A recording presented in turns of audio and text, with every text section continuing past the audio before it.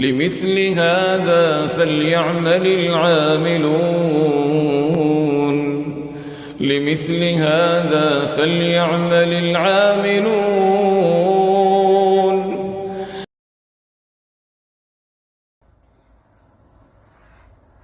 Une affaire qui est propre aux gens de la sunna concernant le gouverneur, une affaire qui est propre aux gens de la sunna concernant le gouverneur, le fait qu'ils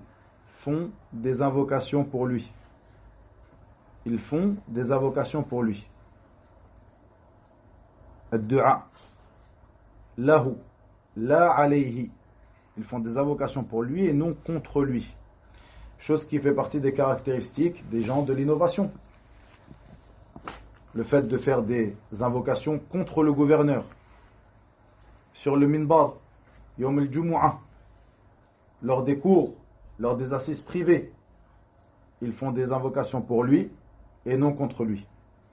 Et cela fait partie des grandes différences entre les gens de la sunna et les gens de l'innovation.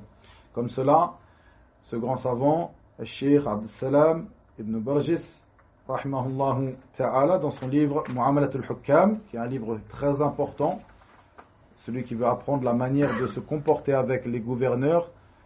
et qui comprend la langue arabe, qui lit ce livre-là, Mu'amalat al-Hukam, qui est un livre très important de Cheikh Abd Salam ibn Barjis, rahimahullahu ta'ala, lorsqu'il parle de cela, c'est-à-dire de ad-du'a, le fait d'invoquer pour le gouverneur et non contre lui, il rapporte cette parole de l'imam al-Barbahari dans son livre Sharh al-Sunnah, donc cet imam al-Barbahari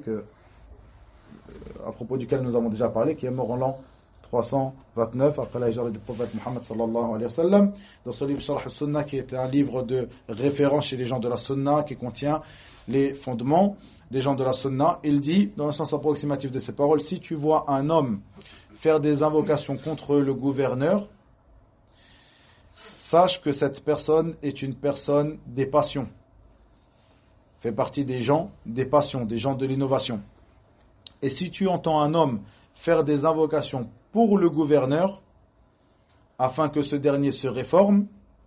c'est-à-dire qu'il invoque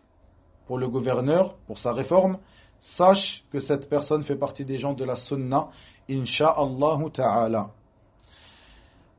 Ensuite, le Cheikh Abd Salam rahimahullah ta'ala rapporte cette parole, le Cheikh Abd Salam rapporte cette partie aussi qui est rapportée par l'imam al-Barbahari ici dans la suite de sa parole dans son livre Sharh al-Sunnah.